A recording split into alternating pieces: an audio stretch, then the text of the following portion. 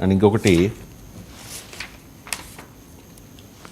పాలస్తీనా అని రాసి ఉన్న ఒక బ్యాగ్ని పట్టుకుని ప్రియాంక గాంధీ లోక్సభకు వచ్చారు సార్. దీని మీద భారతీయ జనతా పార్టీ అభ్యంతరం వ్యక్తం చేస్తోంది. భారతీయ జనతా పార్టీ అంతలా ప్రియాంక గాంధీ వేసుకొచ్చిన బ్యాగ్ మీద టార్గెట్ చేయాలా? న్యాయమయ్యేలా టార్గెట్ చేయడం అంటే దాన్ని టార్గెట్ చేయొచ్చు. పాలస్తీనా అంశం పైన బీజేపీ ప్రభుత్వ వర్షన్ వేరే ఉంటే టార్గెట్ చేయొచ్చు.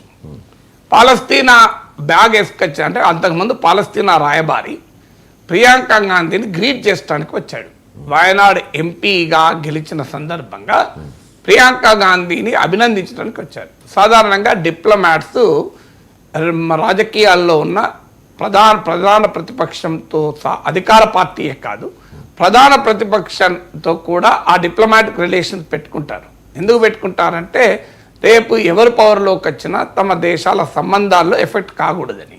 దట్ ఇస్ ఏ నార్మల్ డిప్లొమసీలో భాగం. అందులో పాలస్తీనా కాజ్కు కాంగ్రెస్ ప్రభుత్వాలు దశాబ్దాలుగా మద్దతుగా ఉన్నటువంటి చరిత్ర కూడా ఉంది కనుక, ఆ కుటుంబాల చరిత్ర ఉంది కనుక, మీకు ఇప్పటి నుంచి కాదు, నెహ్రూ, ఇందిరాగాంధీ, రాజీవ్ గాంధీల కాలం నుంచి కూడా పాలస్తీనా కాజ్కు బలంగా నిలబడ్డ పార్టీ కుటుంబం కనుక వాయనాడ్ నుంచి ప్రియాంక గాంధీ గెలిస్తే అభినందించడానికి వెళ్ళాడు. బహుశా అప్పుడు ఏమైనా గిఫ్ట్ ఇస్తే ఆ బ్యాగ్ తీసుకొచ్చి మరి ఆమె పార్లమెంట్కి వచ్చిందో తెలియదు. బట్ ఏదైనా పాలస్తీనా ఉంది. పాలస్తీనా పైన ఈ ప్రభుత్వ విధానం కనుక ప్రియాంక గాంధీ విధానానికి తేడా ఉంటే పొలిటికల్గా టార్గెట్ చేయొచ్చు, అభ్యంతరం లేదు. ఎందుకంటే మీరు ఇంకో భారతదేశ వైఖరి మారింది, మీరు ఇంకా పాత వైఖరితో ఉన్నారు, మీ ప్రభుత్వ వైఖరి మేము అంగీకరించము అని అనొచ్చు. లేదు, భారతదేశం సమర్థించని దేశం అయితే పాకిస్తాన్ ట్యాగ్ వేసుకొని వస్తే మనం అభ్యంతరం చెప్పచ్చు, తాలిబాన్ ట్యాగ్ వేసుకొని వస్తే అభ్యంతరం చెప్పచ్చు. పాలస్తీనా విషయంలో భారత వైఖరి ఏంటి? విదేశాంగ మంత్రి కొద్ది రోజుల క్రితం భారత పార్లమెంట్లో చేసిన ప్రకటన మీరు చూడండి, యూట్యూబ్లో దొరుకుతుంది. జయశంకర్ స్టేట్మెంట్ ఆన్ పాలస్తీనా అని కొట్టండి, వస్తుంది. ఇది మీరు సంసద్ టీవీలో వస్తుంది, అన్ని ఛానల్లో వస్తుంది. ఎక్కడ సెర్చ్ మీరు ఏం కష్టం లేదు. చాలా క్లియర్గా పాలస్తీనా మాతృదేశ ఆకాంక్షలకు భారతదేశం మద్దతుగా ఉంటూ స్టేట్మెంట్లో కనబడ్డది. 2 స్టేట్ సొల్యూషన్ అంటే యూదులకు ఇజ్రాయెల్, అరబులకు పాలస్తీనా, ఈ 2 దేశాలు ఏర్పడమే పరిష్కారము అని భారతదేశ ప్రభుత్వ అధికారిక వైఖరిగా విదేశాంగ మంత్రి జయశంకర్ పార్లమెంట్లో చెప్పాడు. ఇదే వైఖరి కాంగ్రెస్ పార్టీ వైఖరి, ఇదే వైఖరి నా ప్రొఫెసర్ నాగేశ్వర్ వైఖరి, ఇదే వైఖరి యునైటెడ్ నేషన్స్ వైఖరి, ఇదే వైఖరి అమెరికా ప్రభుత్వ వైఖరి. ఇందులో తేడా ఉన్నది. ఇప్పుడు నరేంద్ర మోడీ ప్రభుత్వ వైఖరికి మీకు భారత జాతీయ కాంగ్రెస్ వైఖరికి ఎలాంటి తేడా లేదు. పాలస్తీనా హక్కుల విషయంలో మీకు ఇది ఒక ఉదాహరణ. రెండో ఉదాహరణ చెప్తాను. ఇది కూడా జయశంకరే పార్లమెంట్కి చెప్పింది, నేను చెప్పింది కాదు. పాలస్తీనా హమస్ ఇజ్రాయెల్ పైన దుర్మార్గపు దాడి చేసిన తర్వాత పాలస్తీనా పైన 13 తీర్మానాలు 13 రెజల్యూషన్స్ పార్లమెంట్లో పెడితే అందులో 10 రెజల్యూషన్లు భారతదేశం మద్దతు ఇచ్చింది, మోడీ ప్రభుత్వం మద్దతు ఇచ్చింది. అంటే we're in favour of Palestine, Modi government is in favour of Palestine. దానికి ఇది ఒక ఉదాహరణ అని చెప్పి జయశంకర్ పార్లమెంట్ చెప్పాడు, నేను చెప్పేది కాదు. మూడో చెప్తాను. ఇప్పటి వరకు గాజాలో పాలస్తీనా ప్రజలకు మానవతా సాయం కోసం యునైటెడ్ నేషన్ రిలీఫ్ ఫండ్కు $50 మిలియన్ $5 కోట్ల నరేంద్ర మోడీ ప్రభుత్వం ఇచ్చింది. నాకు చెప్పండి, ఇంకా తేడా ఏంటండి? ఇంత క్లియర్గా పాలస్తీనా ప్రజల పక్షాన నరేంద్ర మోడీ ప్రభుత్వం ఉంటే మరి ప్రియాంక గాంధీ బ్యాగ్ మీద పాలస్తీనా ఉంటే అభ్యంతరం ఏంటి? నాకు అర్థం కాని అంశం. ఇక అంటే పాలస్తీనా విషయంలో మరి మోడీ ప్రభుత్వ వైఖరిని బీజేపీ తప్పుపడుతుందా? మోడీ ప్రభుత్వ వైఖరి పాలస్తీనాకు మద్దతు ఇవ్వడమే మతోన్మాదం అయితే, ఇప్పుడు బీజేపీ వాదన ఏంది? ముస్లిం మతోన్మాదాన్ని ప్రదర్శించింది ప్రియాంక గాంధీ. ఇండియన్ నేషనల్ కాంగ్రెస్ కాదు, ఇది ముస్లిం లీగ్గా మారిపోయింది అని. మరి ఈ నరేంద్ర మోడీ ఎందుకు మద్దతు ఇచ్చాడు? భారతీయ జనతా పార్టీ వ్యతిరేకిస్తుంది, మోడీ ప్రభుత్వం సమర్థిస్తుందా? మరి నరేంద్ర మోడీ ముస్లిం లీగ్ ప్రభుత్వానికి నాయకత్వం వహిస్తున్నాడా? నరేంద్ర మోడీ ప్రభుత్వ విదేశాంగ విధానంలో ముస్లిం మతోన్మాద అనుకూలత ఉందా?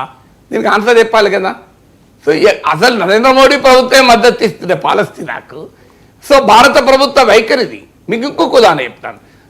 పాలస్తీనా విషయంలోనే కాదు, అనేక అంశాలలో మన వైఖరి ఒకటే ఉంటుంది. ఇప్పుడు కాంగ్రెస్ ప్రభుత్వం అధికారంలో ఉన్న సమయంలో సోవియట్ యూనియన్ కాలం నుంచి మనం సోవియట్ యూనియన్కి అనుకూలంగా రష్యాకి అనుకూలంగా ఉన్నాం. మొన్న మీకు యుక్రెయిన్ వార్ వచ్చింది, రష్యాతో అమెరికా ఆంక్షలు కూడా లెక్క చేయకుండా మనం రష్యాతో సంబంధాలు పెట్టుకున్నాం. నాకు చెప్పండి, రష్యా ఉక్రెయిన్ వార్ విషయంలో బీజేపీ వైఖరి కాంగ్రెస్ వైఖరిలో తేడా ఉందా? నరేంద్ర మోడీ వైఖరి రాహుల్ గాంధీ వైఖరిలో తేడా లేదే. ప్రొఫెసర్ నాగేశ్వర వైఖరి కూడా అదే కదా. నేను కూడా మోడీ ప్రభుత్వ వైఖరి రైట్ అనే చెప్తున్నాను కదా. సో ఇందులో ఇన్ని ఉదాహరణలు. బంగ్లాదేశ్లో షేక్ హసీనా ప్రభుత్వం మద్దతు, ఇందిరాగాంధీ హయాంలో మొదటి ఆశ్రయం ఇచ్చారు. ఇప్పుడు సెకండ్ ఆశ్రయం ఎవరిచ్చారు?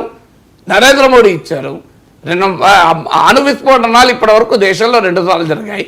మొదటిది 1974లో కాంగ్రెస్ ప్రభుత్వ హయాంలో జరిగింది, ఇందిరాగాంధీ హయాంలో. రెండవది 1998 అటల్ బిహారీ వాజ్పేయి హయాంలో జరిగింది. ఈ రెండింటిని అందరూ సమర్థించారు కదా. బంగ్లాదేశ్ విమోచనకు ఇందిరాగాంధీ ప్రభుత్వం మద్దతు ఇస్తే అటల్ బిహారీ వాజ్పేయి సమర్థించాడు కదా పార్లమెంట్లో. ఆమె దుర్గామాతతో పోల్చాడు కదా. ఇందిరాగాంధీని దుర్గామాతతో పోల్చాడు అటల్ బిహారీ వాజ్పేయి. మరి అంటే విదేశాంగ విధానం విషయంలో ఎక్కడా దేశీయ రాజకీయాల్ని తీసుకురారు. ఎందుకంటే అది దేశ ప్రయోజనాలకు విరుద్ధము. అంతర్జాతీయంగా భారతదేశ గౌరవాన్ని దెబ్బతీసేది. ఇప్పుడు పాలస్తీనాకు మద్దతు ఇవ్వడము ముస్లిం మతోన్మాదం అయితే, United Arab Emirates, Saudi Arabia రాజులతో ఆలింగనం చేసుకోవడం మతోన్మాదం కాదా? ఇప్పుడు నరేంద్ర మోడీ యుఏఈ రాజుతోని సౌదీ రాజులతో చాలా క్లోజ్గా ఉన్న ఫోటోలు లేవా? నేను ముస్లిం దేశాల రాజరిక వ్యవస్థలను నరేంద్ర మోడీ ప్రభుత్వం సమర్థించడం లేదా? మీరు ఎన్ని దేశాలు ఖతార్ రాజును తో సంబంధాలు లేవా? అసలు ఎన్నడూ కాంగ్రెస్ ప్రధానమంత్రి కూడా పోని ప్లేస్లకు కూడా నరేంద్ర మోడీ వెళ్ళలేదా ముస్లిం దేశాలకు? మరి వాళ్ళందరితో సంబంధాలు ఉంటే అది ముస్లిం మతోన్మాదం అవుతుందా? ఇప్పుడు United Arab Emirates, Saudi Arabia అయితే కరడుగట్టిన ముస్లిం దేశాలు కదా. ఉన్నంతలో పాలస్తీనా ప్రజలు పాపం సెక్యులర్, ఉన్నంతలో సెక్యులర్, రిలేటివ్లీ సెక్యులర్. మరి ఇప్పుడు టర్కీ ప్రధాని భారతదేశం ఇన్వైట్ చేయలేదా ఎర్డగాన్ను?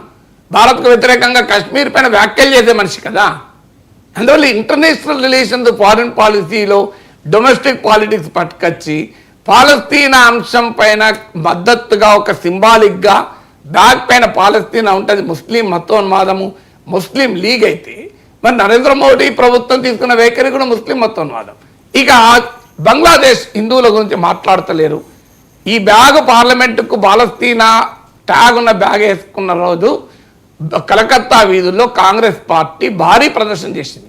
బంగ్లాదేశ్ హిందువులపై దాడులు ఖండిస్తూ నరేంద్ర మోడీ ప్రభుత్వం బంగ్లాదేశ్ హిందువుల్ని కాపాడాలి అని డిమాండ్ చేస్తూ. తేడా ఏంటండి? దాని దీనికి ఏం సంబంధం? బంగ్లాదేశ్లో హిందువులను కాపాడాలన్న విషయంలో అన్ని పార్టీల వైఖరి ఒకటే. బీజేపీ వైఖరి, కాంగ్రెస్ వైఖరి, సిపిఎం వైఖరి, నక్సలైట్ల వైఖరి, అందరి వైఖరి ఒకటే కదా. ఇందులో తేడా ఉన్నది. అది మోడీ ప్రభుత్వం ఏమీ చేయలేకపోతుంది కదా. ఆర్ఎస్ఎస్ పిలిపించింది, మీరు ప్రపంచ మద్దతు కూడగట్టండి అని. ప్రపంచ మద్దతు కూడగట్టిందా? యునైటెడ్ నేషన్లో నరేంద్ర మోడీపై బంగ్లాదేశ్ హిందువులు కాపాడని ఎందుకు పిలిపిస్తలేడు? ఎందుకు జయశంకర్ యునైటెడ్ నేషన్స్కి వెళ్ళి గట్టిగా ఒక తీర్మానం ఎందుకు పెడతలేం? మనం ఎందుకు వరల్డ్ కాన్ఫరెన్స్ పెట్టి బంగ్లాదేశ్ హిందువులకు మద్దతుగా ప్రపంచ దేశాధినేతలు ఎందుకు పిలవడం లేదు మన ఢిల్లీకి? ఏ అంతర్జాతీయ వేదిక పైన బంగ్లాదేశ్ హిందువుల వాయిస్ను నరేంద్ర మోడీ ప్రభుత్వం వినిపించిన ఒక్కదానే చెప్పండి. మరి ఎక్కడైనా ఏడన్నా బంగ్లాదేశ్ హిందువుల గురించి ఇంకో పలానా వేదిక పైన మేము రైజ్ చేసాం, ఓ ఇంటర్నేషనల్ కాన్ఫరెన్స్ పెట్టాడు బంగ్లాదేశ్ హిందువులకు మద్దతుగా, దానికి ట్రంప్ను పిలవండి, ఓ మెసేజ్ ఇచ్చిన వాళ్ళం అవుతాం కదా. ప్రపంచ అధినేతలు అందరినీ పిలవండి, ఎవరు వస్తే వాళ్ళు వస్తారు, ఎవరు రాకపోతే వాళ్ళు రారు. డొనాల్డ్ ట్రంప్ అయితే ఎన్నికల టైంలో కూడా హిందువులు కాపాడుతాను మాట్లాడాడు కదా, పిలవండి ట్రంప్ను. మీరు యునైటెడ్ నేషన్స్లో రైజ్ చేయండి, ఎందుకు రైజ్ చేస్తలేదు ఇండియన్ గవర్నమెంట్? దీనికి ఆన్సర్ ఉండాలి కదా. అదే నేను చూశాను sir. External affairs minister s Jaishankar made a significant statement in parliament regarding the Israel-Palestine conflict, reaffirming India's support for a two-state solution. While speaking in the Rajya Sabha, Jaishankar addressed India's decision to abstain from voting on certain resolutions related to the Gaza conflict at the United Nations General Assembly. He also responded to a query about the International Criminal Court's arrest warrant against Israeli Prime Minister Benjamin Netanyahu and former Defense Chief Gallant. అందుకే stand of the government of India. మన నరేంద్ర మోడీ ప్రభుత్వ వైఖరి నేను చెప్పేది, పాలస్తీనా మన మద్దతు. పాలస్తీనాకు మద్దతు అనే విషయంలో భారతదేశ రాజకీయ అభిప్రాయంలో ఎలాంటి తేడా లేదు. పాలస్తీనాకు మద్దతు ఇచ్చే విషయంలో ఎన్డీఏ సర్కార్ వైఖరి వేరే రకంగా ఉంటే అప్పుడు పాలస్తీనా బ్యాగ్ తీసుకొచ్చి నిరసన తెలియచేయచ్చు. అందులే లేదు, భారతదేశానికి వ్యతిరేకంగా ఆ దేశం వ్యవహరిస్తే మనం చేయదు. ఇప్పుడు పాకిస్తాన్ టాగేసుకుని వస్తే ఖచ్చితంగా ప్రియాంకని తప్పు పట్టాల్సిందే. కానీ పాలస్తీనా ప్రజలు, పాలస్తీనా ప్రభుత్వం, పాలస్తీనా లిబరేషన్ ఆర్గనైజేషన్ ఇది ప్రో ఇండియా అండి. ఇప్పుడు మనకు యాసర్ అరాఫత్కు ఉస్మానియా విశ్వవిద్యాలయం గౌరవ డాక్టరేట్ ఇచ్చింది. పాలస్తీనా లిబరేషన్ ఆర్గనైజేషన్ హెడ్గా ఉన్న యాసర్ అరాఫత్కు ఉస్మానియా విశ్వవిద్యాలయం గౌరవ డాక్టరేట్ ఇచ్చింది. అంత గౌరవం ఇచ్చాం మనం. అందువల్ల మోడీ ప్రభుత్వ వైఖరి కూడా అదే. నాకు గుర్తున్నంత వరకు సబ్జెక్టు వెరిఫికేషన్, పాలస్తీనా ప్రెసిడెంట్ మీకు పిఏ పాలస్తీన్ అథారిటీ అంటారు, వెస్ట్ బ్యాంక్లో ఉన్న పాలస్తీన్ అథారిటీ ప్రెసిడెంట్ను మన ఇండియన్ గవర్నమెంట్ మోడీ గవర్నమెంట్ కూడా ఇన్వైట్ చేసినట్టు గుర్తు నాకు ఈ 10 ఏళ్లలో. అది కూడా చెక్ చేయాలి. మహమ్మద్ అబ్బాస్ అంటారు, పాలస్తీన్ ప్రెసిడెంట్ మహమ్మద్ అబ్బాస్ భారత ప్రభుత్వ అధికారిక అతిథిగా కూడా వచ్చి వెళ్ళినట్టు గుర్తు నాకు, సబ్జెక్టు వెరిఫికేషన్. సో అందువల్ల ఇవన్నీ మన వైఖరిలో ఎలాంటి తేడా లేదు. ఇది పరస్పర విరుద్ధమైన అంశం కాదు. బంగ్లాదేశ్ హిందువుల అంశము, పాలస్తీనా ప్రజల అంశము, ఎక్కడ అన్యాయానికి గురైన ప్రజలున్నా భారతదేశం నిలబడింది అండగా. ఇక్కడే కాదు, దక్షిణాఫ్రికాలో నల్లజాతీయులకు అండగా నిలబడింది, నమీబియా అంగాలాలో నల్లజాతి ప్రజలకు అండగా నిలబడింది. భారతదేశం ప్రపంచవ్యాపితంగా ఎక్కడ అణచివేతకు గురైన ప్రజలున్నా ఆ ప్రజలకు మద్దతుగా నిలబడింది. శ్రీలంకలో తమిళ ప్రజలకు మద్దతుగా నిలబడింది. తమిళులు కనుక నేను నిలబడలే. శ్రీలంకలో తమిళ ప్రజలకు మద్దతుగా నిలబడితే, తమిళులు అనుకో నిలబడితే, దక్షిణాఫ్రికాలో శ్వేతజాతీయ దురహంకార ప్రభుత్వానికి వ్యతిరేకంగా, వైట్ రేసిస్ట్ రెజిమ్కి వ్యతిరేకంగా నల్లజాతీయుల హక్కులకు ఎందుకు నిలబడదండి భారతదేశం? అక్కడ నల్లజాతీయులకు నిలబడ్డది కదా. So Martin Luther king Mahatma Gandhi చేత ఇన్స్పైర్ అయిపోయి అమెరికాలో ఉద్యమం నడిపారని బరాక్ ఒబామా భారత పార్లమెంట్లో మాట్లాడాడు. మా దేశానికి చెందిన ఒక యువకుడు మహాత్మా గాంధీ చేత ప్రభావితుడై అమెరికాలో సివిల్ రైట్స్ మూవ్మెంట్, పౌర హక్కుల ఉద్యమమే నడిపి ఉండకపోతే బరాక్ ఒబామా అనే నేను ఈరోజు అమెరికా దేశాధినేతగా భారత పార్లమెంటు ముందుండి మాట్లాడేవాడినే కాదు అన్నాడు. ఇది బరాక్ ఒబామా అన్న మాటలు ఇండియన్ పార్లమెంట్ అడ్రస్ చేస్తూ. ఇది భారతదేశం యొక్క గొప్పతనం. మనం ఈ పెట్టి పాలిటిక్స్కు మన ఇంటర్నేషనల్ ఇమేజ్ను సర్వనాశనం చేసుకొని దేశాన్ని ఒక ఉన్మాదపూరిత దేశంగా, దేశాన్ని యొక్క పరిగమాల పాకిస్తాన్ లాంటిది ఒక విద్వేష దేశంగా మనము ప్రపంచానికి చాటి చెప్తున్నారు. అన్ఫార్చునేట్లీ కొన్ని విషయాల్లో భారతదేశం అంతా యునైటెడ్గా ఉంది అన్న మెసేజ్ పంపాలి. ఇప్పుడు మీ చీప్ పాలిటిక్స్ ప్రియాంక గాంధీ తిట్టదలుచుకున్నారు. ప్రియాంక గాంధీ తిట్టడానికి 100 ఉదాహరణలు ఉన్నాయండి. ఇదే దొరికిందా? దీనికి ఎక్స్పోజ్ కారా మీరు? వాట్ ఇది ఒకవైపేమో నరేంద్ర మోడీ ప్రభుత్వం, విదేశాంగ మంత్రి జయశంకర్ పాలస్తీనాకు మద్దతుగా పార్లమెంట్లో స్పీచ్ ఇస్తాడు. మరోవైపేమో పార్లమెంట్లో ఇంకో నాయకురాలు పాలస్తీనాకు సింబాలిక్గా మద్దతు ప్రకటిస్తూ ఒక బ్యాగ్ మీద ఉంటే ఆమెను మతోన్మాదని, ముస్లిం లీగ్ ప్రతినిధిని మాట్లాడతారే.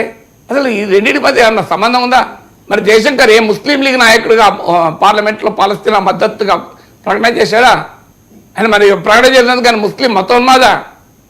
అందువల్ల పాలస్తీనాకు అనుకూలంగా ఓవైసీ మాట్లాడినప్పుడు పెద్ద ఇష్యూ చేశారు.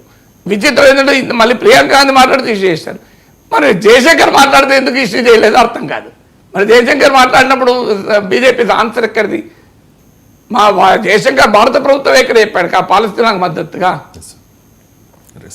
Mohammad Abbas visited India in 2005, 2008, 2010, 2012 and in May 2017 on his third state visit. During his visit in 2017, President Abbas had discussions with Rashtrapati ji and Prime Minister also.